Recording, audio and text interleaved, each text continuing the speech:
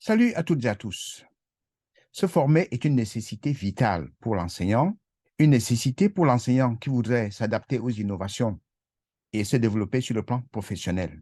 On entend souvent dire que l'enseignant qui cesse d'apprendre, l'enseignant qui cesse de se former doit cesser d'enseigner. On note généralement trois processus de formation. L'hétéroformation, lorsque quelqu'un forme une autre personne ou alors lorsque quelqu'un est formé par une autre personne. L'auto-formation lorsqu'on est formé par soi-même et l'éco-formation lorsqu'on est formé par son environnement. Dans cette capsule, nous allons nous intéresser à l'auto-formation et dans tous ses contours dans un dispositif comme celui du MOOC.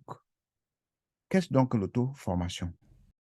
L'auto-formation est un dispositif de formation individuelle ou institutionnelle où l'apprenant prend l'initiative, choisit de manière autonome les buts et les méthodes d'apprentissage, acquiert des savoirs en utilisant ses propres ressources. Les conceptions de l'auto-formation sont les suivantes. Sur le plan psychologique, auto-formation égale formation de soi par soi-même.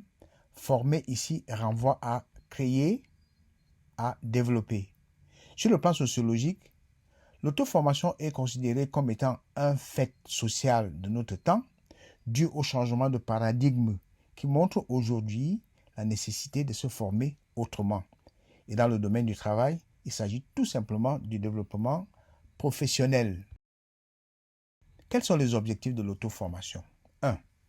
Actualiser en permanence ses savoirs, ses savoir-faire, ses savoir-agir, donc ses compétences. 2.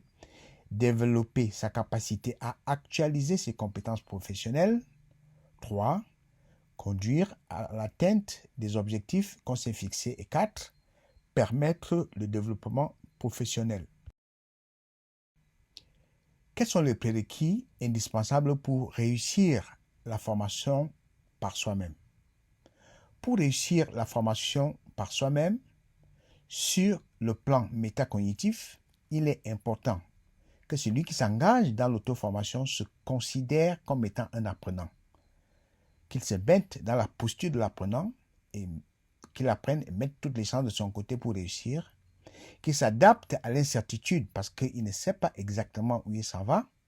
Et sur le plan social, il est important qu'il établisse un réseau de ressources sur le plan humain et sur le plan matériel. Et enfin, il doit à chaque fois réfléchir sur les actions qu'il pose. Quelles sont les bonnes stratégies qu'il faut mettre sur pied pour s'auto-former? La façon d'apprendre par soi-même consiste à lire. Lire abondamment. Ces lectures incluent les ouvrages et les articles spécialisés. S'approprier le matériel didactique existant. Consulter et échanger avec des personnes ressources qui peuvent être des collègues expérimentés, des encadrants. Et utiliser de manière efficace l'Internet.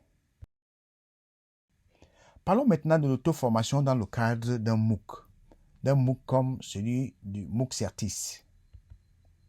Dans le cadre d'un MOOC, les apprenants, plus qu'ailleurs, ont besoin d'acquérir des compétences d'autonomie et d'auto-formation, d'où la mise sur pied d'un dispositif de formation orienté davantage vers sa fonction d'aide et d'accompagnement que vers ses fonctions de prescription et de validation.